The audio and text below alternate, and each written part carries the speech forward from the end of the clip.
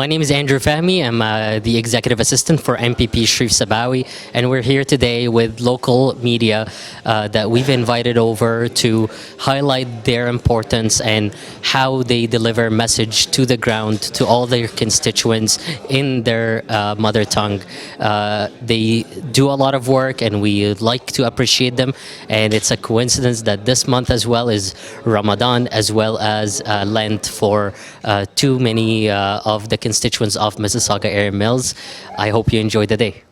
Our goal today is to, first of all, wish everyone Ramadan Mubarak, and also take the chance to give a quick update about what our governments have been doing in the past week.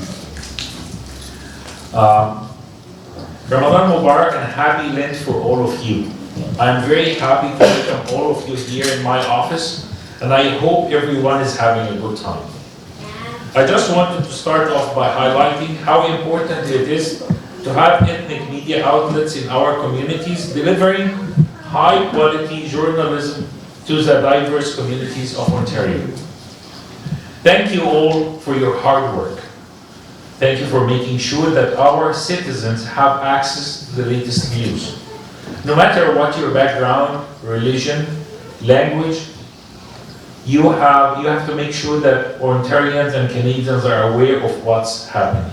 So thank you for all what you're doing and the hard work you're doing. You may or may not know this, but this year both Ramadan and Orthodox Lent started at the same day. How special is that? We can all come together with fasting and traditions and reflect regardless of our religion. This is a great reminder that despite the large diversity of our communities, there are many similarities. It is important on all occasions that we continue to join together with respect, unity, and peace. Not many places in the world that you can go into a room and meet so many people from so many diverse backgrounds. When we come together, we can learn from each other, celebrate our diversity, and work towards common goals. We can address challenges, create positive change, and build a brighter future for all of us. By respecting each other and becoming a united front, we can create a stronger, more resilient society where everyone is safe, valued, and celebrated. On that note, we know that this latest few months and years have not been easy for everyone. From pandemic and inflation to natural disasters, wars, and increasing violence on our streets. Times are tough. People need a break. And now, more than ever, our government is firmly committed to supporting Ontarians. I have said it before, and I will say it again. My goal has always been to make life easier and more affordable for individuals and families in Mississauga. When we came to office 6 years ago, people were struggling. We committed to making life more affordable. We abolished the costly liberal carbon pricing program and later decreased the gas tax by 10 cents per liter. We froze fees for driver's license renewals, and we abolished the license plates renewal fees entirely. Under our watch, minimum wage was responsibly increased to $16.55 per hour, and ODSP rates have been tied to inflation. To support parents struggling with high costs of childcare, we negotiated the best deal possible for Ontarians, cutting costs to $10 per day and minimize and maintain flexibility. To supporting transit riders, we recently implemented the One Fare program, allowing transfers between transit organizations at no additional cost, saving commuters up to $1,600 per year. Most recently, legislation had been proposed that would, if passed, abolish tolls on provincial highways and prohibit future governments from implementing a carbon tax without a referendum. We promised that we would be there to support the people of Mississauga. We promised to improve affordability and build this infrastructure, and we are getting it done. Right here in Mississauga, we are seeing investments in infrastructure like have never been before. For example, the South Community Center, a cornerstone of local neighborhoods in Erin Mills, required a $61 million reconstruction fees. After it got rejected by the federal government, I have worked with the Ontario government to provide more than 70% of the funding to get shovels in the ground faster. Very good. In education, we are building and expanding schools in Mississauga. Thomas Street's Public Middle School recently completed a $4 million expansion, allowing 160 new spaces for students. With our support, Our Lady of Mercy Catholic Elementary School added 73 new child care spaces, and St. Jean Baptist Catholic Elementary added 39. These investments in education are allowing us to fulfill our Back to Basics promise. We are reviving our focus on critical subjects like reading, writing, technology, science, and math. With these new curriculums and investments, we are giving students the tools they need to succeed in the modern day. To fulfill this goal, we are hiring 2,000 more frontline educators who will be hired based on merit, not seniority. Our investments in transportation are coming to fruition. We have started and completed the 18 kilometers expansion of Highway 401 from Milton to Mississauga, and the 8 kilometers at Cambridge, which have alleviated much traffic and keeps people and goods moving faster.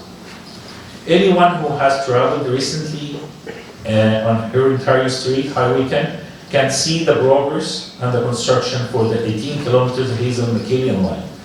Last month, it was confirmed by the Minister of Transportation that Ontario will be pursuing two-way, all-day GO train service on the Milton line. For me, this is a dream coming true. I've been using this line since 1999 to travel every day to work down. And work on Highway 413 will soon be underway, saving commuters time on their daily commute. We are investing in healthcare for the people of Mississauga with a comprehensive plan of convenient and connected care. Our government is supporting construction of a new hospital in Mississauga. It will be 2.5 million square feet, the largest hospital in the Canadian history. It will be the largest hospital in Canada, the largest emergency department in Canada. A multi-billion-dollar project that will reduce waiting time, providing faster and state-of-the-art healthcare facility. A new women and children hospital, the first of its kind in Canada, will be here in Mississauga. And we are building long-term care beds. Whether the previous government neglected to fund long-term care, our government has a goal of 58,000 long-term care beds. This includes projects such as the 160-bed long-term care of Ivan Franco homes in Erin Mills, which broke ground last fall. We also opened Willbrook Place with Australian Health Partners, bringing 632 new beds in Mississauga. Just to compare, the previous government only brought 640 beds to Ontario in 7 years. We brought that in one project here in Mississauga only. And we are building housing. When driving the other day on Bernard-Thorpe towards Square One, I can count 11 cranes. That's almost a dozen new buildings under construction just in this one neighborhood. But this is still more that need to be done. The Building Faster Fund is providing $1.2 billion to municipalities as an incentive to get more shovels in ground. We are encouraging higher density and transit-oriented communities. We are accelerating the approval timelines and increasing consumer protection, all with the goal of building 1.5 million homes by 2031, allowing Ontario families to find a home that meets their needs. We are not just building infrastructure, we are creating the conditions that attract investment from the private sector and bringing new jobs to the province. Last year, Ontario created more new jobs in manufacturing than all the 50 US states combined. Wow. From electrical vehicle to pharmaceutical to advanced technologies and everything in between, Ontario is attracting major investments. The reason for this is simple. Our government has cut the red tape, making it easier for business to grow. In total, businesses are now saving $900 million each year in red tape saving dollars alone. Additionally, the four working for workers bills that have been put forward and allowing more people to find jobs in Ontario and supporting those already here. In more than 30 occupations, new immigrants will no longer have to worry about Canadian experience requirements. We'll lock them out of jobs in their profession. We removed those requirements and now we are allowing more people to get jobs faster. The Working for Workers Act are also increasing protection and improving working conditions for laborers. For example, we increased the fines against bad actors such as employers who mistreat temporary foreign workers. We established that ride share and digital delivery workers have the same rights as other workers. And our government has proposed policies that would ensure workers are paid fairly without illegal deductions or tip confiscation. And speaking about protection, I'm happy to say that my ministry, Public and Business Service Delivery, was responsible for putting forward the new Consumer Protection Act of 2023. This includes multitude of protections for Ontarians, but just to name a few, making it easier to cancel subscriptions and memberships agreements, protection against automatic contract renewals, prohibit price gouging, and clarifying contracts by forbidding deceptive language. So using the legal language really deceive lots of newcomers especially. These are just a few examples of our hard work in recent years.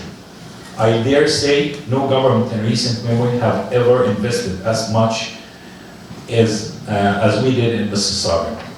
And there is more where that came from. With the leadership of Premier Duckford and my PC colleagues and I working reluctantly to support Ontarians, attract jobs and continue building infrastructure. We will not rest until our work is complete. We will get it done for the people of Mississauga and for all Ontarians. Thank you once again for being here tonight and for your continued support. If you have any questions at any time about the work our government is doing, please don't hesitate to contact me personally or contact my office. It's always available and I am happy to speak with each of you individually and answer any question. Please continue to enjoy yourself. Have a great evening and stay in touch. God bless.